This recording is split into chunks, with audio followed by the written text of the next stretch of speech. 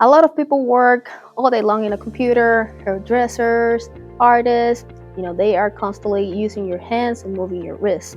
With time, they experience wrist pain and tightness. Often, that comes from the tightness of the muscle flexors and extensors. All right, so I'm gonna show you one exercise that you can do real quick. You're only gonna need 30 seconds. So we're gonna work with the flexor muscle first. So this is simple, stretch your arm, gonna put a fist, and you're gonna point down. If you want a really good stretch, you're gonna use your arm and you're gonna pull down. You're gonna feel the stretch here. You're gonna hold this for 30 seconds, okay? After that, we're gonna switch and we're gonna work with the extensor.